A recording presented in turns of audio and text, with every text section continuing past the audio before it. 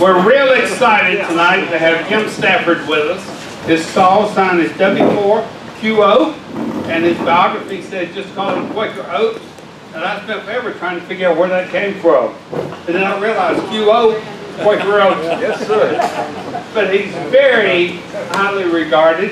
He has been licensed for over 60 years. Woo. He has a double D from Purdue. And he has retired from Bell South, and he has a small woodworking shop in his basement. Where's Paul? Where's your competition? No, he's much better. Oh, and he's an avid QRPer, and he has taught hundreds of people Morse code. And if you go to his blog, it has a lot of hints about learning. I assume he'll talk about that on these papers. The title of the program is Why Hams Use Morse Code. Thank you, Jim. Thank you, Randy. Appreciate it. It's a pleasure, always a pleasure. I've spoken here a couple of times in the past, and this is the first time at this location, so this is very impressive. Y'all are doing a really good job, and listening to all the reports and everything, it's really, very, very impressive. I know GARS is the premier club, and we're really, really glad to know you folks. I talked to Randy several months ago. We were trying to do one on test equipment, but the talk I have on, am I coming out? Oh, hello? Yeah, okay. Anyway, it's good to see you all here, and we got a lot of good stuff going. Really, really a real pleasure to talk to you. But anyway, after a while, Randy and I said, well, it's easier for me, Randy, if I just do my basic CW talk. And then I realized that there's all these great telegraphers in this club. And so I probably would get a lot of corrections. Jerry came up and talked to me about the break, and we were talking about, have you seen this program, have you seen that program, you know, this software, this idea. I said, man, it's like there are hundreds of ideas on the internet on how to do Morse code. But to give me an idea, I'm going to ask you, we're going to try a little something here. I want to see what my audience is. Now don't be bashful, okay? If you've never learned Morse code, raise your hand. Hold them up there now, hold them up. Oh, wow, pretty good. Okay. Now, if you learned Morse code and you don't use it anymore, hold up your hand. Okay, very good. I mean, not very good, but you know the idea. If you use Morse code, you know, pretty regularly, you learn, well, you had to learn it to use it. Learn Morse code and you use it now pretty regularly, you know, as much as you do any ham radio operation. Raise your hand. Okay, all right, this is about what I kind of expected. Now here's what I like to do. Who are the people that never learned Morse code? Raise your hand again. Okay, now quickly, who are the people that learn it and use it all the time? Raise your hand. Okay, now if we could all just get up and move around so you're next to one of these people that know it, and I'll just let them handle it, and I'll just go on home because, you know, why am I here? You all know how to do it. You got people in the club that know how to do it. The bottom line is why do hams use Morse code? The bottom line is it's fun. Am I right on the Morse code users? Oh, it's fun, and it can be relaxing and so forth. I was telling Randy I probably have taught. I don't know, 20 years ago I sort of figured out that I taught over 300 people Morse code. Now, there's probably only 4 or 5 of them that still use it, but you know, I taught them anyway. So I'm going to run through a few slides here, and then I brought some things up here to show you. Several people came up, by the way, very nice that you came up early and asked about things, because I have several kinds of keys. I'm not a key collector. I just like to use a lot of different keys. Some of my most used keys are plugged into my equipment, so I didn't even bring them because I had to unplug them and then, you know, bring them and all that. So here's the thing. What is Morse code? Well, it is stands for CW stands for continuous wave, and everybody says, well, it's not continuous, it's on and off, and that's true. But in terms of modulation, it's either on full modulation or it's off. It's not talking, you know, like that. And it was invented in 1836, so to speak, with telegraphy. Morse code not CW really, that came along with radio, but around 1836, these guys were involved in Morse code. Joseph Henry was the what about Joseph Henry? What's he famous for? They named the inductor after him, but what else is he? Anybody know?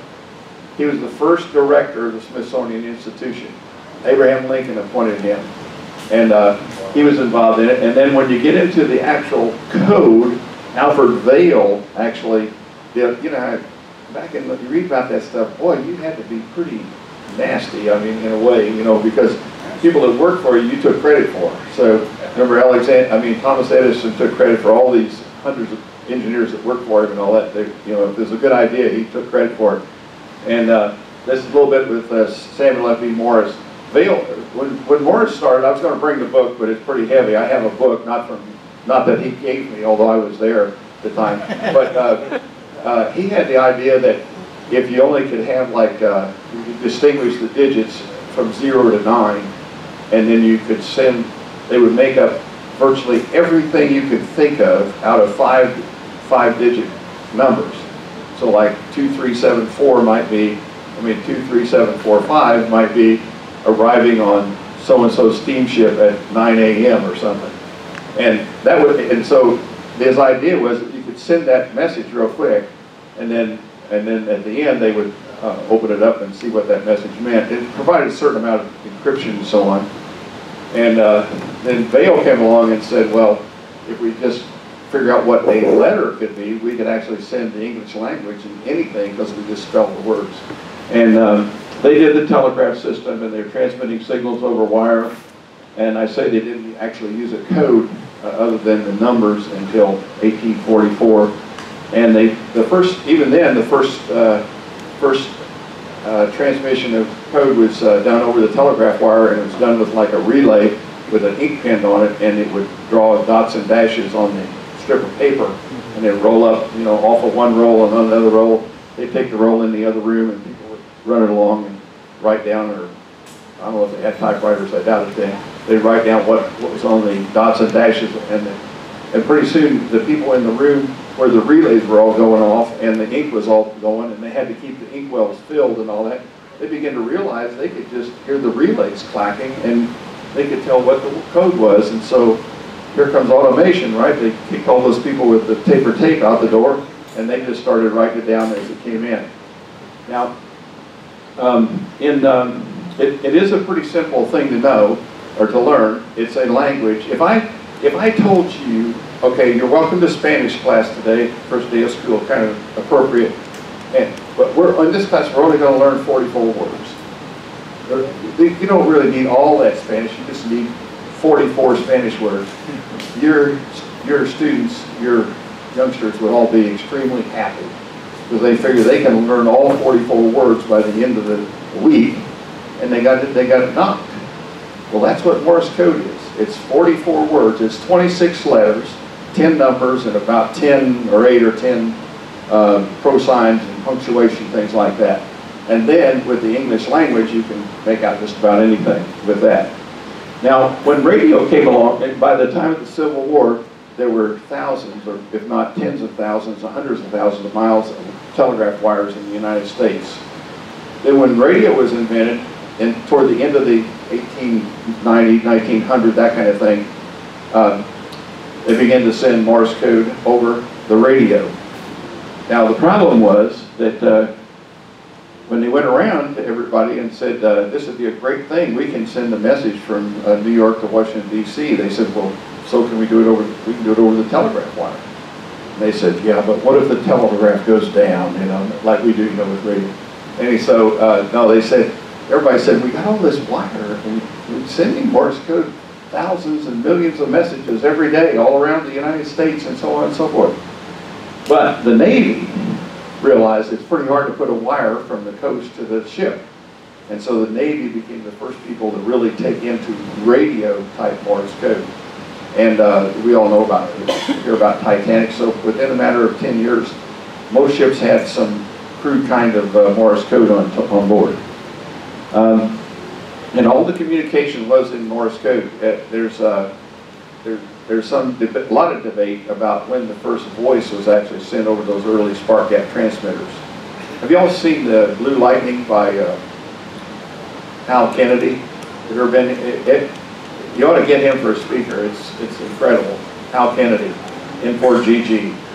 You can see that you can get a preliminary YouTube on it. I mean, there's a YouTube on it and all that kind of thing. But it's really good. We took it with the International Space Station at one of our schools, and we had, we needed a little something to do before and after the space contact, to the ISS and all that. We had Hal bring that, and it was outside because we'd already had the gymnasium all tied up with this ISS, and we were a little afraid that with Hal being outside, the sparks and the sound wouldn't really be that big of an impression like it did in the room. We didn't have to worry about that. When he fires it up, it could be on the other side of that wall. We'd hear it in here through the wall. I don't think the tower is running spark gap here. Well, that's for you and Hal to work out. Okay, we'll figure about it. Okay. Ham operators came along in the early 1900s. They began the ham radio was like computers are today or whatever, software. It was the thing for kids to do and all that. So every young kid had to build a radio and a transmitter, simple transmitter that made sparks, and they'd see how far they could make it. Can I get 10 miles, 20 miles, 50 miles? And that's when they got into contests of who could relay messages. The hams could relay messages across the United States 200 miles at a time to the West Coast and back, and they would do all these examples of, that's why the word relay is in ARL. Okay, well, I already gave away the punchline. It is fun to do Morse code, at least a lot of us think so. Here's the point, people didn't stop painting when cameras came along. They didn't stop sailing when steamships came along. They didn't stop bicycling once motorcycles came along, and we haven't stopped doing Morse code, even though you can, have all kinds of exotic data equipment and so forth and so on. It's no longer required for licensing. You already knew that, but listen down in the CW bands on the weekend when there's a contest going on or something like that, and it's wall-to-wall Morse code, and it's quite a thing. You've been to field day, seen Paul and Baden and so forth, all doing Morse code and so forth. It's really quite beautiful. Even if you're using a computer to generate the code, you still got, people say, isn't that cheating? No, you still got to understand what's going on because there's all kinds of things you have to do. It is the original digital mode, using your digits to send. And the other thing about it is that it does not require, if you want to call it that, it doesn't require a terminal. You just have to, if somebody a while ago says just to make an open and closed on here, you need all this equipment. You just need something to open and close your transmitter, turn it off and on, and then your ear does it again. So you don't have to have PCs, modems, signal links, or anything like that to do Morse code. And it is an auditory type thing. So don't get too hung up. I'm going to give you one little starter here a little bit. But don't get very hung up on anything like dots and dashes or counting dots and dashes or anything like that. It's a musical kind of thing. You need to hear it audibly. You can write it down and so forth, but you need to hear that sound audibly. Now, I mentioned this already, and how does this compare to Latin, I said. Now, over here on the right,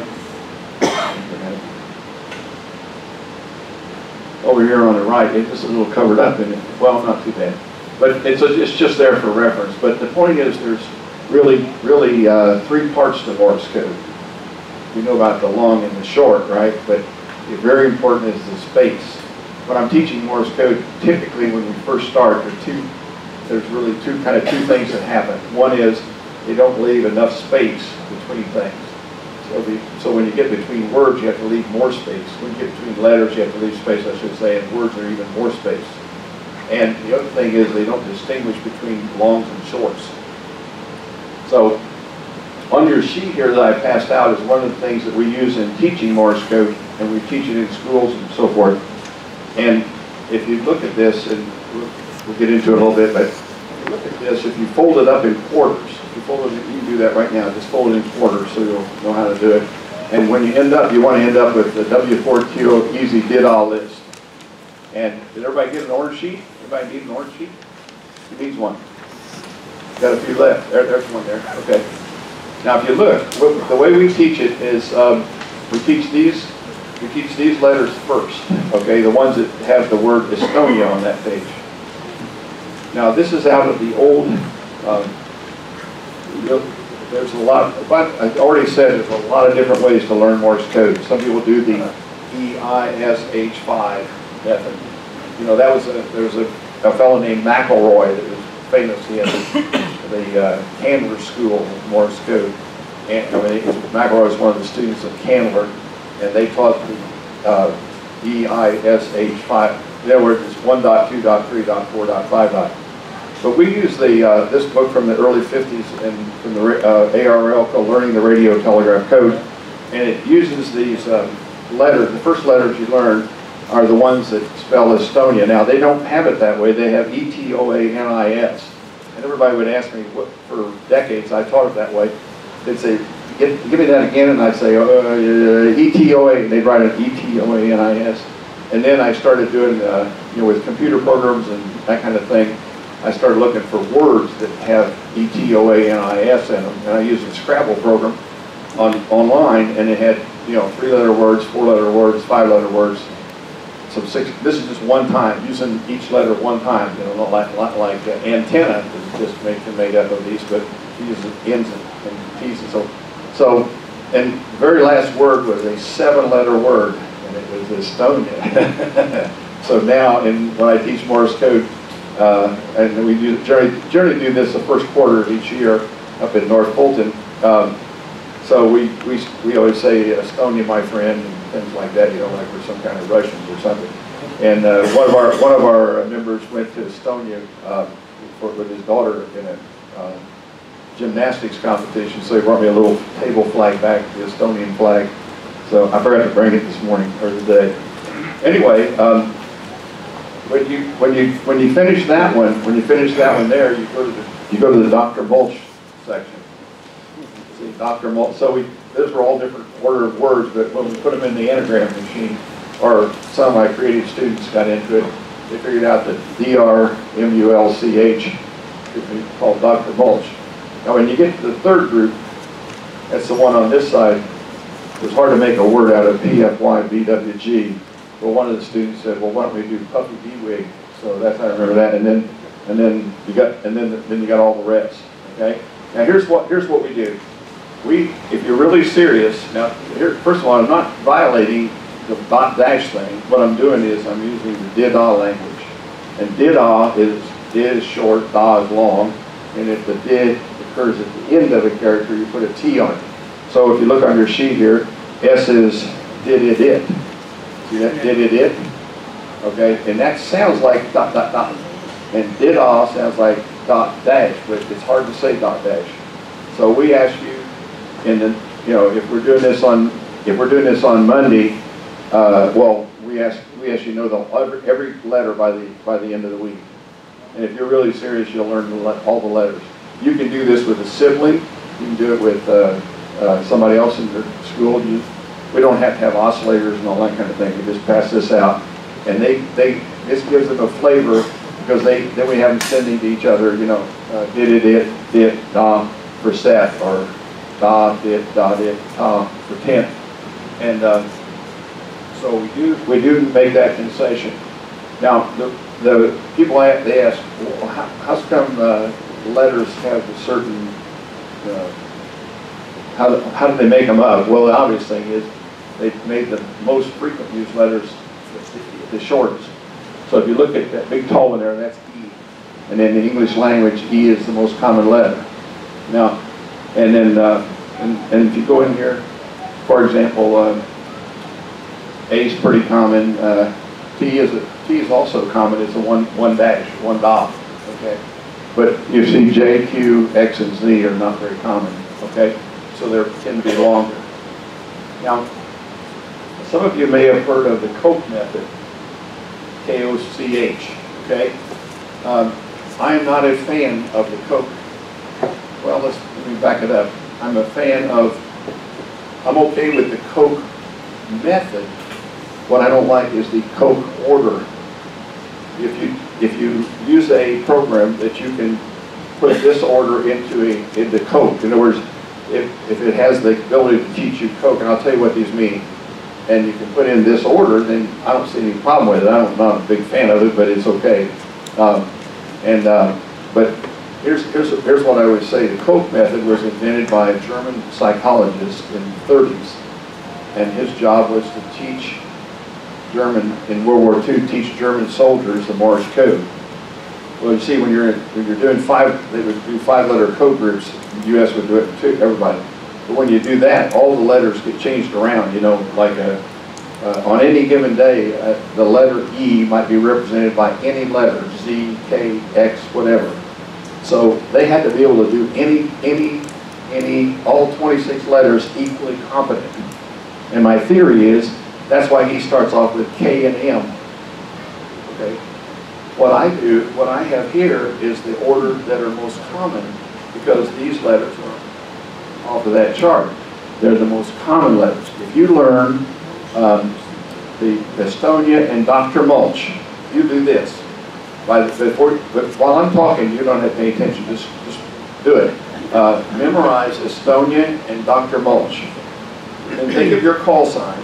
Think of your call sign, and you won't be able to do it time you leave, but in the next couple of days, get somebody to help you or something like that. Do those two, and then in your call sign, if you have any letters, and of course you got a number that's not on these two, remember those letters. Because the only thing when you go online, on air, is you got to do your call sign. You got to identify. Now you don't have to identify really good. You just got to identify. Okay, it doesn't have to make a lot of sense. And what I'll tell you on the back of this sheet is, get on the air, use it. That's how you really learn Morse code, is you use it. And so, but one of the nice things you learn from this start out, what's the most important thing you learn from Estonia? What letters are the most important? Huh? SOS. See, everybody ought to know SOS. Did-it-it, da-da-da, did-it-it. Okay? Everybody ought to know SOS. I had his sign on key now. Personal friend that SOS saved his life.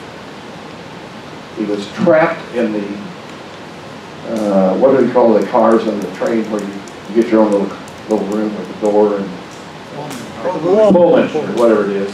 He and his wife got in there and they couldn't get the door open, and he had to go to the bathroom. And he was able to tap SOS on the window until somebody on the train heard it and came and got him out of there. Otherwise, who knows, he might have died, or made a big mess, that's for sure. Okay, let's talk about why Morse code works when other modes don't get through.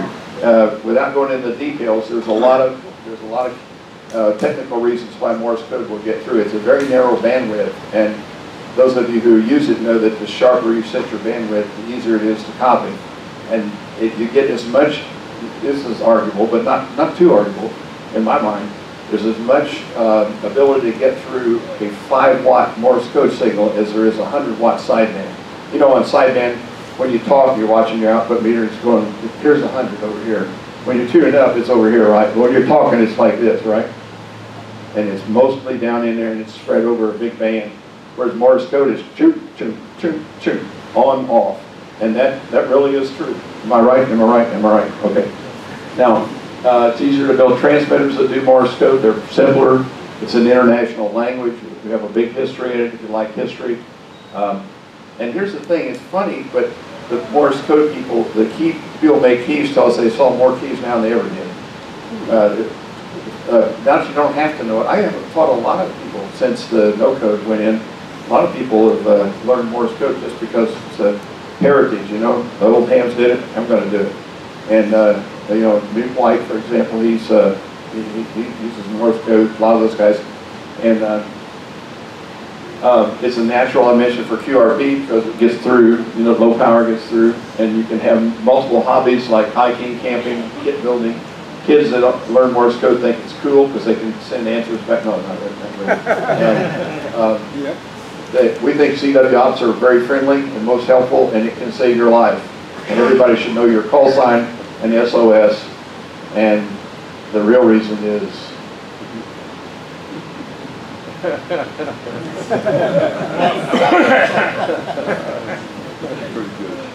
anyway, okay, how to learn, okay, for those of you who do not know Morse code or knew it but don't use it, would like to get, might say, back into it, I've got a lot of hints and tips on the back of this sheet, okay, from the W4QO Morse Code School, which I just made up today.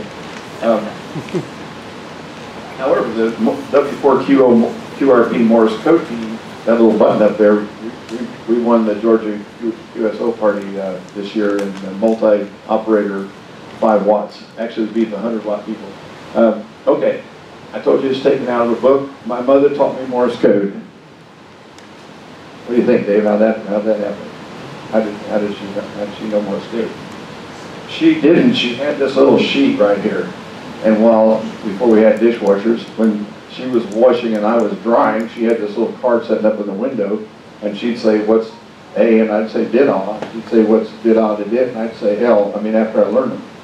And until about a month before I took my test, I never heard Morse code as a tone. So obviously I'm a little biased toward the did-ah method, because I actually learned did-ah. Okay? And you can. And we have a lot of people do it. I mentioned about the Koch order, okay? What is Koch and what is Farnsworth? You'll hear those terms thrown around. Okay, first of all, Farnsworth is the most easy to understand. It makes a lot of sense. Farnsworth, when you're learning the code, once you get beyond the sheet, you go to sending or listening to a CW program, then you ought to set the speed of a character at about 18 to 20 words a minute, even if you only know it 2 words a minute. Even if you only are working on ESTONIA. And what the Farnsworth method does, it sets the character at 20, so N would be .it, and then Farnsworth would say wait for about 5 seconds and then send the next letter. Because if I send it at really 5 words a minute, it'd be like in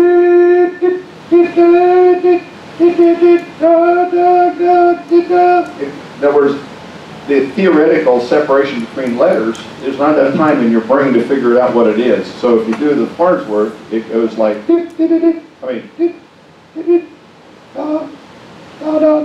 so you got time in there to figure out what it is. So when you're learning the Morse code, I don't have any problem with that method. It makes a lot of sense to me, and that's a lot of the way we teach it. Now people will say, well, that's not the way people send on the air. Well, yeah, it is. If you get in with some slow code people, I'll tell you who they are, they actually send that way. When they're sending, and they only know it about 5 words a minute. So you don't recommend the code? Yeah, well, I would probably not. I haven't said I'm trying to be thinking, somebody gave it to me. He asked about the Amico code record. 78. The 78, yeah. They actually leave some space. I have heard a reproduction of that. They do leave some space between it, okay? It doesn't, well, mostly they just send it at 15 words a minute, you know, and that's how you learn that, you know, because originally the code test was 13 words a minute. There wasn't any 5 word a minute or anything like that. Now, okay, that's the Farnsworth. Now, what is the Koch method? Well, the Koch method is where you start off with 2 letters. Like if you were going to do this page right here in Koch, you put all these letters in this order, and then Dr. Balch and Puppy B-Wig and all that. Put them in that order, and then you tell the Koch, in the programs, I'll tell you what they are, that have Koch method, you start with, say, 2 letters. So in this case, you start with E and S, and then what it would say is, every time you hear E and S, you write it down. And this is you're going to write it down. There's a lot of discussion about whether you should do that or not, or just skip the brain copy. So you do E and S, and then you say, okay, turn it up to 3, and then it'd be E, S, and T. And then it would be E, S, T, O. And you can turn any number you want, because whatever you put, if you put in 7, it'll mix all these in groups. So that's the Koch method. It introduces, but it's introducing them and there won't be much space between them. It'll send them real fast together. Just like if it's 18 words a minute, it'll send them 18 words a minute. The theory is that when you get through all the alphabet, and you've added all the letters, and they're doing it 18 or 20 words a minute, you know all the letters. The problem I have is that takes you 3 months to get all the letters. Because, you know, they say when you get 90% of E and S, add T. When you get 90% of those, add T, E, T, S, T, O. And so I have one student that did it that way. And it took about 3 months for them to learn Morse, to learn all the code, practicing almost every day. Because by the time you get the 20th letter and you add whatever it is, it takes you a long time before you're getting 90% again. So you morph longer and longer and longer. The method with the EST Estonia method is, and your call sign, Dr. Mulch and your call sign, you actually can get on the air. And that is the best way to learn Morse code, is to get on the air. When I teach a real Morse code class, we have what we call sweaty palm night. We actually, everybody has to, like Weight Watchers, you just gotta suck it up and get on the air while everybody's watching. But they've all got a clipboard and they're trying to copy too. So it's kind of a group thing, but for about 3 or 4 minutes, you have to be sitting there sending on the air, okay, on the air, and calling CQ, because it's important to learn the protocol for how to make a contact. Okay. If you go to, and it's on the back of your sheet there, I have 58 files. Let me see what here. Okay, here's the DIDA. We've already talked about that. And I have more than that. It's probably a lot more than this. I just made this copy up. But you see all of these ones is like CW1, CW, all the way down CWA radio. These are a combination of text. They're all text files, and they're set up. And they only go with group 1. They're all words made out of group 1. You'd be amazed, you know, how many words you can make up. There's almost 700 words you can make up using each letter one time. I believe it is. But those, and then the ones that say radio were the ones where we do Morse code on the air, and we're teaching class on the repeater. And then if you get Dr. Mulch, and you know those words, you can make things like dice, dollar, lecture, and all this kind of thing. Those include 1 and 2. And then 3, 4, and then we get a lot of practice files, and there's a lot of files that are, you know, QSOs and things like that once you know all the letters. So I would ask you to go to, it's on the sheet. You go to the North Fulton website. Let's see what it says there. And I'll just cover a couple of these. On the back of the sheet says there's no right and wrong way to learn code. Some are a little more efficient, and people spend a lot of time trying to figure out, just tell me the most efficient thing to do. Well, it depends on your lifestyle and everything. It's a simple language. It takes a time commitment. You should try to do it 30 minutes a day. If you do it an hour to 30 minutes a day, you'll learn. I have students who've done this. They do up to 5 words a minute and pass a code test. It's back when we had code tests, and they do it in 7 days. 2 1.5-hour periods a day. So it's not that, it's only 44 words, you know. If it's a Spanish class, you'd be so happy, you know. Sending is important as is receiving, and you should spend about a third of your time sending, and then we want you to get on the air as quick as you can. And if you say, well, I'm only a tech, well, techs are allowed to operate Morse code on 40, 80, 40, and 15. So you can get on there, and we have, so I put some frequencies down here like 7110 to 7124. At NARFL, we try to go in, our frequency, which we own, by the way, 7117, if you'd like to join us. Sunshine Net on Sunday morning, on every morning of the week, on 7123 at 9 a.m. It's very informal, and they will come back, the network control will come back to you. And if you want, you can call me, and we'll get on the air. And you have Elmers here, right? Now you got Elmers. But I knew you had Elmers in Morse code, because I know these guys. They would be happy to get on the air with you. You know? Right, Sid? They'd be happy to get on the air with you. And you don't have to make much sense. I've had people on there that I couldn't know what they were saying. You know? And then, but they sent their call sign at, you know, we'd be on 2 meters or something at the same time. And, or have the speakerphone on the cell phone. And by the way, use any trick you can, not only trick, but anything you can. I'm not big on code copying machines to do it, actually copy it, but if you want to have one running in the background, there's apps that do that. They do pretty good. I showed guys how to operate DX contests at 30 words a minute. They barely knew Morse code, but they use the app to copy it, and then they pick out the call signs and things like that, you know, and they get the rhythm of the whole thing going. There's some apps on here, the Morse by A9PW, IZ2UUF if you got Android. Then I put a whole bunch of links down here for things like the Straight Key Century Club, which is a group of people that, like CW Ops, that Baden's the international president of, and they're dedicated to helping people learn and operate Morse code. Baden's organization has classes on Morse code you can sign up for, and how long does the initial class take to get in right now? Real time now. Pretty much real time. So if they sign up today, they get in within the next couple, 3 or 4 weeks, whatever. Next semester coming up. Oh, it's semesters. Okay. All right. Now, one of the things that I point out is this program here. I like it a lot. CW Player. Okay, and there's a link to it on the back of your sheet. And this thing here, you download it from. It's a guy in France that did it. And you download this, and the first thing you notice when you start out is if you click on any letter here, it'll send the Morse code to you. And it also says what the did-I is. And what you should do is use the options button to increase the spacing between characters to like 6 or 8 times the normal, so they're spread out. That's Farnsworth's idea. And then it'll do, one of the things that lately my students have been saying, this year my students said they use the quiz feature. And if you pop the quiz feature up on, and if you store it in the messages, you store in like Estonia in one of the messages, it'll just send those characters to you in some kind of random order, Estonia. And the quiz feature, you have 3 or 4 seconds to type in what that character was. And if you get it right, it's on the left. If you get it wrong, it's on the right, and it tells you what those are that you tend to be missing. So they use the quiz feature quite a bit. The other thing it'll do, see this file feature here?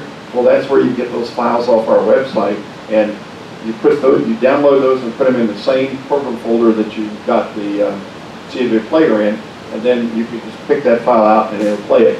And there's a button up there where you can hide what it's sending if you want to write it down on a piece of paper and then check yourself, or you can just follow along, and that's another way to do it. Now, here we go. All right, there's and this is one of the memory slots in it. See, I put Estonia, Dr. Mulch, Puppy D-Wig, and then all the letters. So I can pick any one of those memories, and whatever you're playing, it'll, random or whatever you want to use. And let's see. Okay, people ask me, is it which better, straight key or paddle? Yes, either one that you use is fine.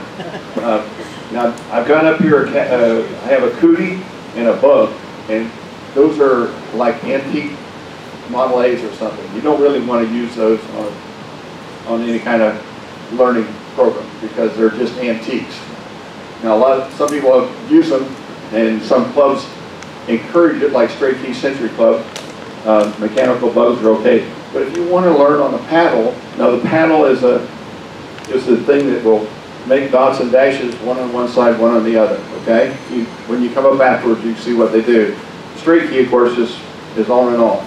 And it's pretty hard to send over about 20 words a minute with a straight key, or your arm gets tired in 20 or 30 seconds. But then a bug or a paddle lets you send faster. Let's see. There's all kinds of tricks about how these work. You have, a lot of the modern transceivers have here. Now this is a paddle. This is a paddle here. Let me do this one here. It doesn't cost as much if I drop it. This one, I made this for myself. This is a paddle, and it has left and right, dots and dashes, bits and dots made with that. And there's all kinds of tricky little things you can do with paddles. But then in addition to the paddle, you need a keyer. Now, a lot of the modern transceivers have keyers built in. Almost all of them do in the last 10 or 20 years. You can plug your paddle right in and set it for electronic, and you can send electronic code with that.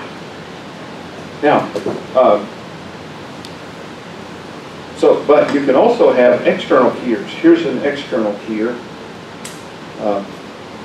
like this one here.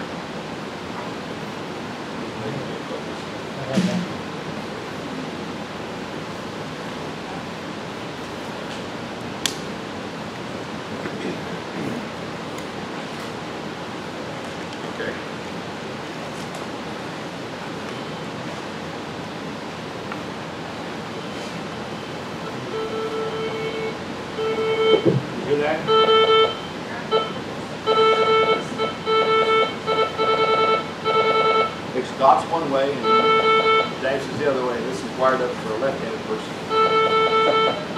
So here's speed. There's dashes. So what's this letter? What's this letter? B. All right. See how easy that was? See how easy that was? What's this letter? Wait a minute. Yes. Oh. Yes. All right. You can send that too much because you never know what people are listening. They may be coming in here, you know. I got stories about that too, but anyway, my friend Winford and I were doing that one day with an old military set that had automatic SOS in it, and pretty soon there's an airplane flying over. We all tear it down right in the house and all that. We weren't hams at the time. We don't even know what frequency meant. Okay, so you need a keyer. You can have an external keyer, like this is an external keyer, and you can come out of this and key your rig, like just on and off. Okay, but let's see where we at. Let's see. What did I do with my little gadget? There it is. Thank you. Okay, let's go to the next one real quick. Okay, here's this example of a straight key. Okay, and then there's a paddle. See, it's got two parts to it, and here's a bug. And I got an example up here. One thing for you people that know Morse code and are kind of, come here, Dave, hold it back. No, I want you to hold the line. Okay, this is a Martin Flash, and it makes let's see, I think I got it plugged in here. Clean. Hold it down here. Now, if you take this off,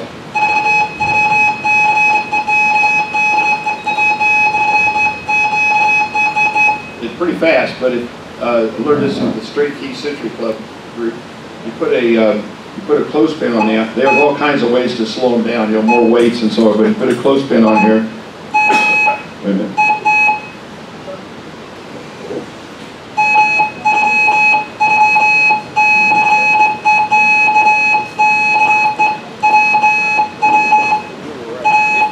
So it's not bouncing right on me.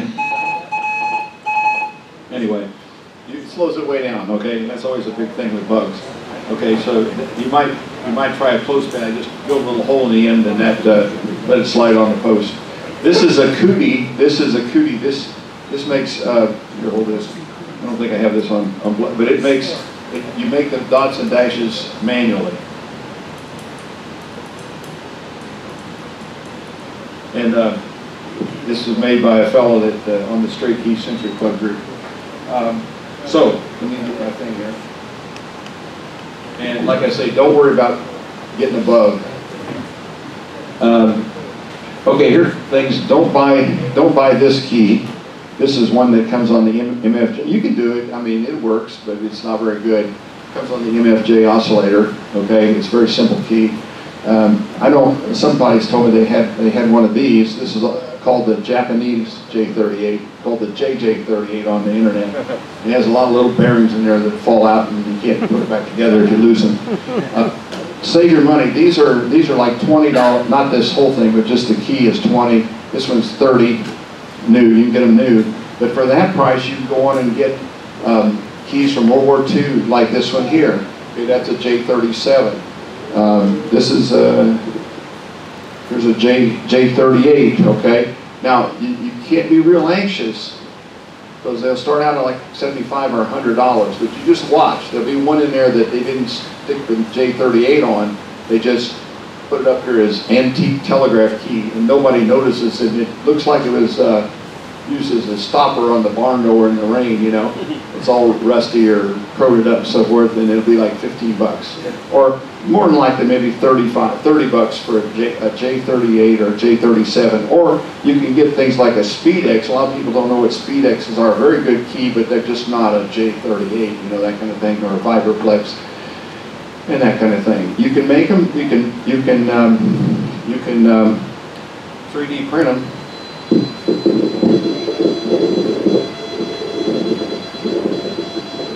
This is a 3D printed paddle by one of our members of the QRP club, and he even put my call sign in there on it.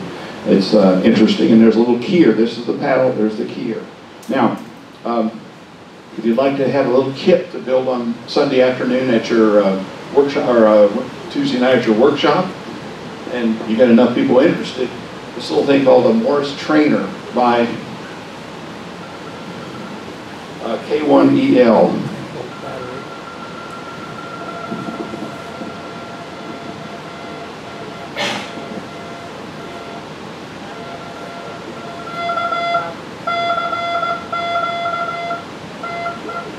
It takes about an hour to build.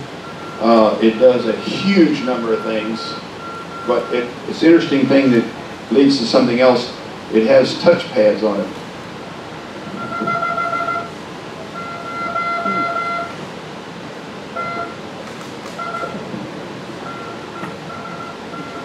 See, it has touch pads. Those are really hard to do, by the way, but you know, it's a novelty. They're $22, and from K1EL. Take about an hour or so to build, maybe better. They all be done in 2 hours. This is a homebrew paddle I got here.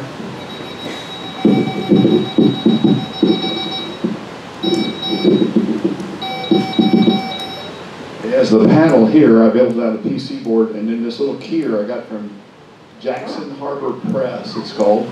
And it's $12 for the keyer. It generates Morse code and also does some memories and things like that. Now we were trying to get a key that was kind of economical, and I used to get these for less than $5. They're a contact key that's used in physics classes, so the science departments have. Lately they've been close to $10. I would take these. It's a terrible key, but it was about $6 to make it. I have a out-of-paper printer buzzer on the corner, piezo buzzer, put a 9-volt cell in the bottom, and oh, there's SOS again. But out of last year's Tech Fest, and Norfolk usually does kits for kids at the Tech Fest, and we said, you know, those little blinky things are okay, but really there ought to be something related to ham radio, you know. So we started talking about it, making a code oscillator, but when we saw the touchpad there, you know, because a key, you know, like I'm getting $20, you know, $10 for this junky thing, although it works, I mean, okay, but it's still too much to build a kit for kids.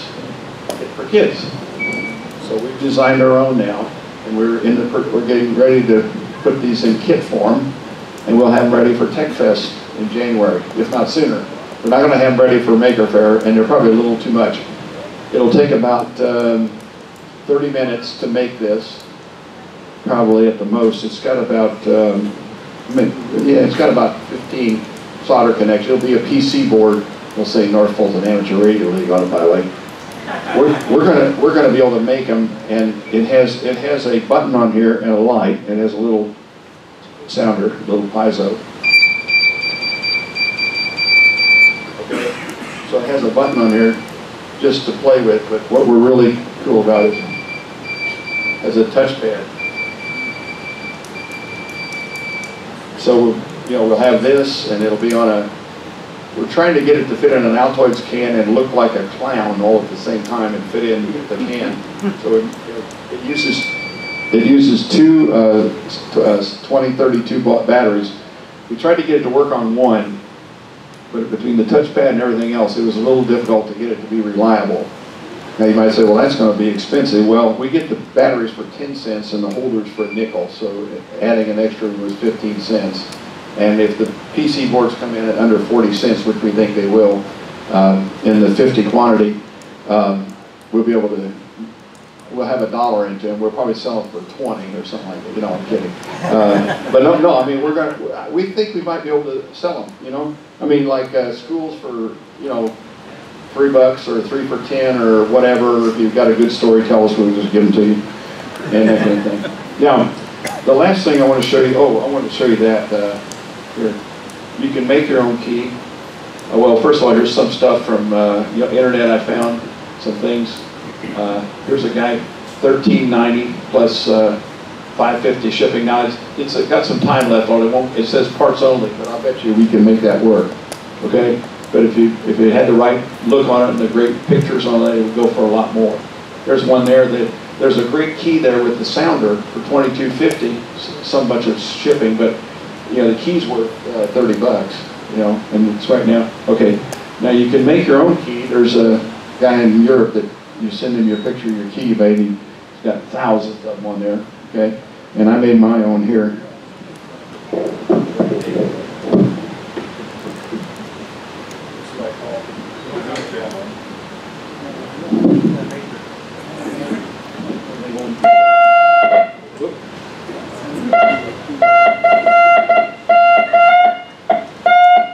Hold it up. I am. I'm trying.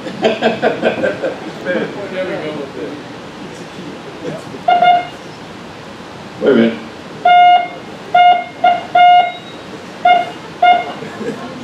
Probably not.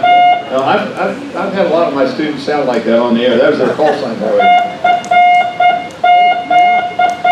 I call this the banana key.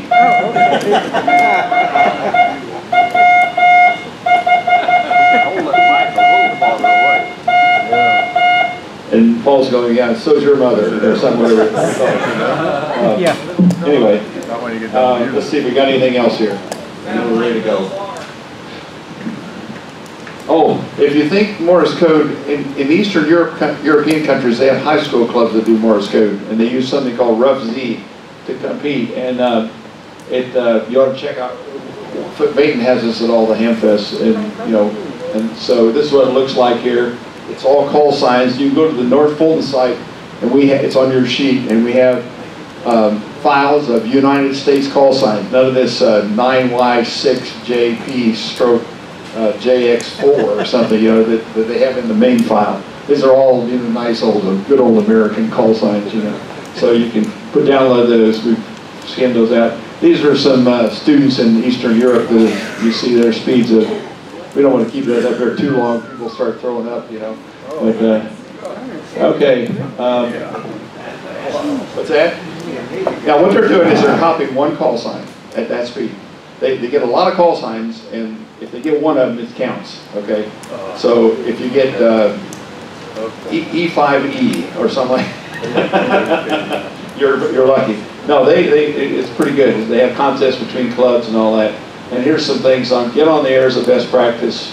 You can start with a straight key or a paddle. Listen to CW without writing it down. I've got in there ARL sends practice every day. In fact, they're on Echolink. You can go on Echolink on the conference and hear the code practice, and I put that in there. And if you want to really get into it, there's a 150-page book online you can look at. This link for it is in there. And remember,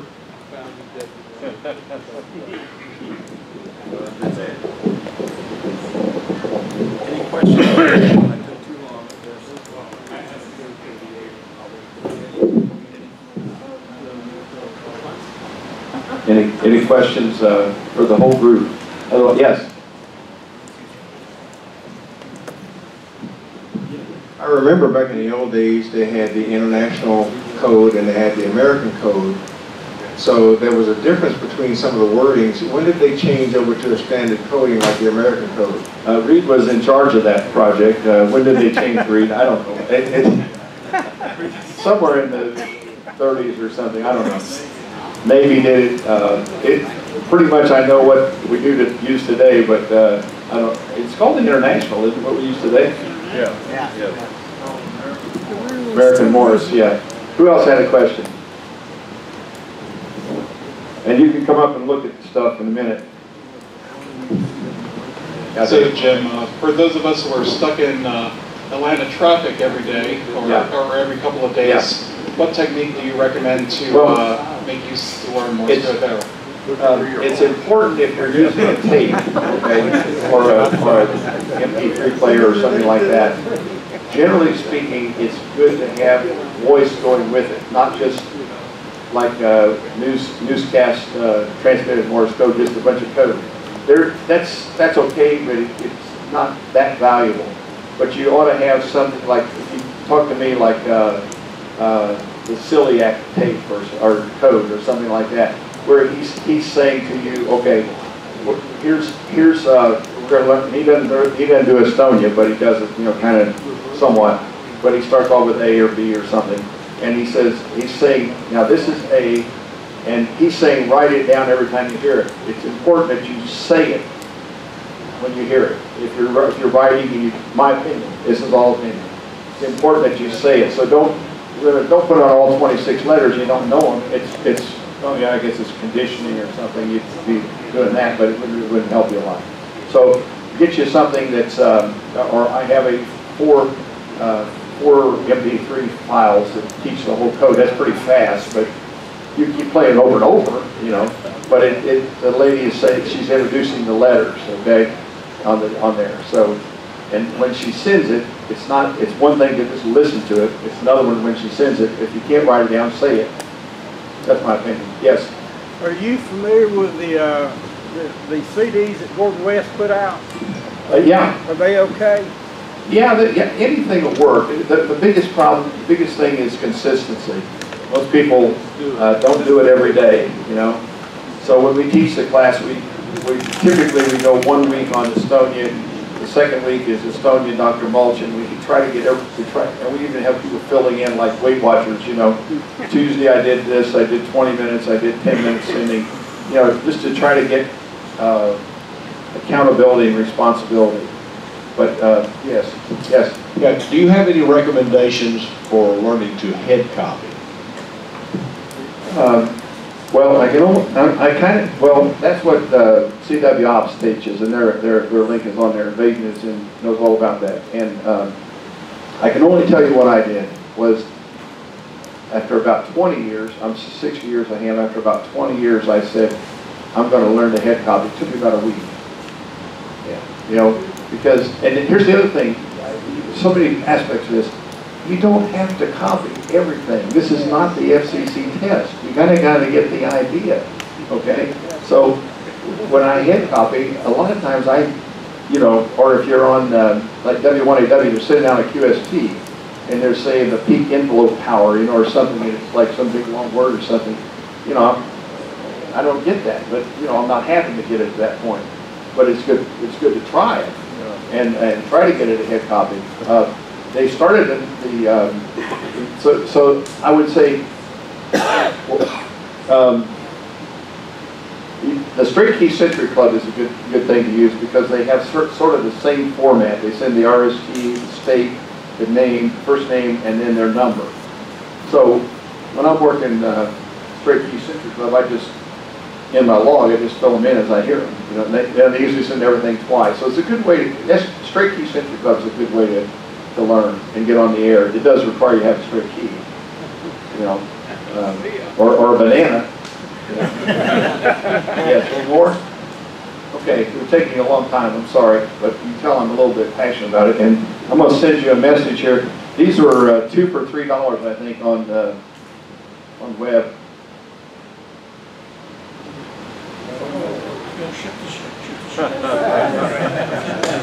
Very good. Isn't that kind of cute? I haven't used these in school or anything, but I'm starting a new class. I got a physics teacher that she started here. I said, I'm going to make them all learn Morse code to pass the course. I said, you might not want to do that because that's pretty rough. It can be really rough on some kids. So I go over another method, but they're taking off pretty good. They know Estonia pretty good now. And, I don't go over there very often, but you know, this is a little. See this? So the kids have a new way to cheat. Yeah, you say, but that's a question A. That's the answer. Come up and see this stuff. Enjoyed it.